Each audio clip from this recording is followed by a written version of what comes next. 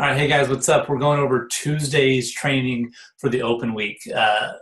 We're starting off, it's going to be postural chain, strength, endurance, and aerobic power intervals. So one thing we want to note is getting class started.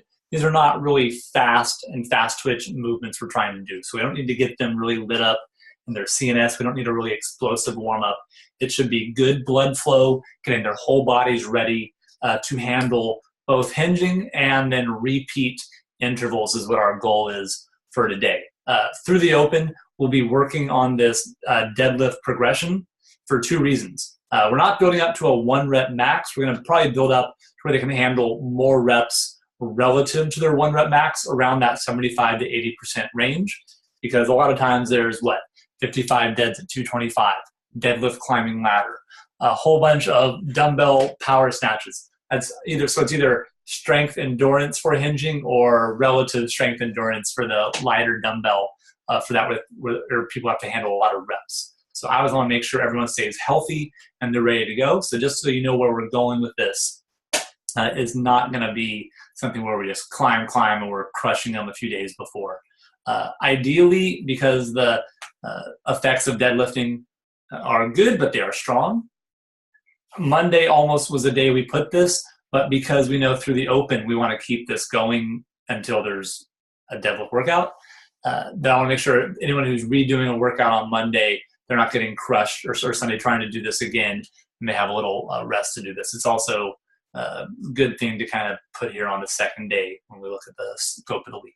So it's going to be one set every 2 minutes for 10 minutes. We're climbing up in percentage and dropping reps some, and next week we'll be keeping the percentage the same and adding a couple more reps in. So just slowly, that's all we're going for on this.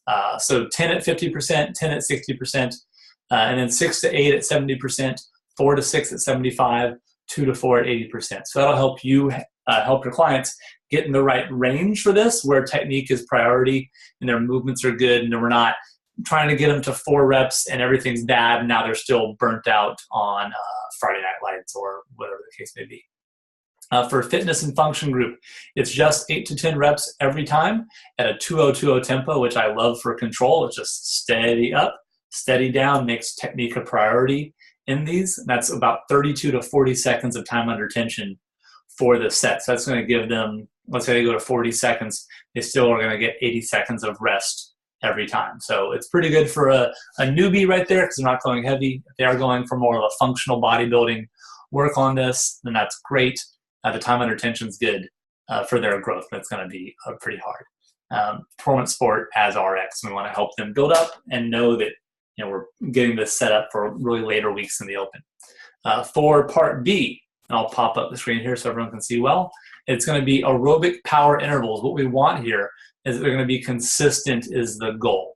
Now it's hard to gauge because mixed modal pieces are, how do you gauge consistent ring dips? It's hard, you kind of fall off. So we do want awareness, because during the open and doing any tester, we don't have a nice little Concept 2 monitor there to gauge our pace really well. So we have to do it here through kind of internal learning, and that's hard. That's a big sign of growth here. So to start off, it's either going to be run 200 meters, row 250, or 20 cal airdyne. If it was me, I would just point people on different pieces of equipment and have them challenge yourself.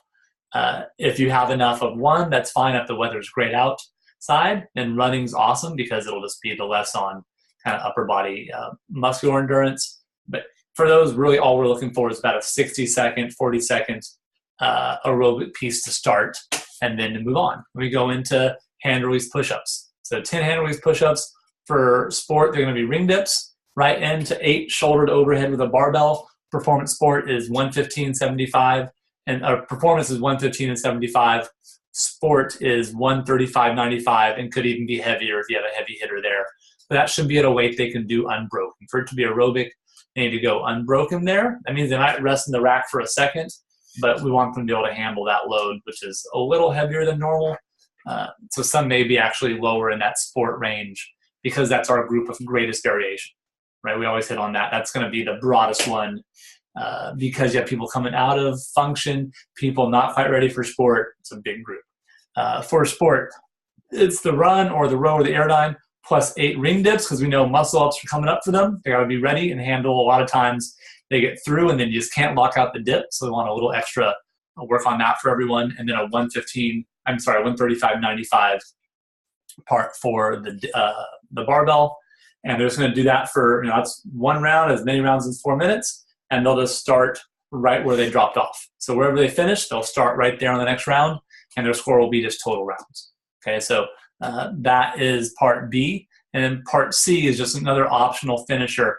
Hip extensions for blood flow or back extensions, whatever you want to do to help them make sure that the deadlift effects we can start cycling out. And blood flow is the #1 priority, plus protein is really important. They start doing that, and then we're ready for Wednesday.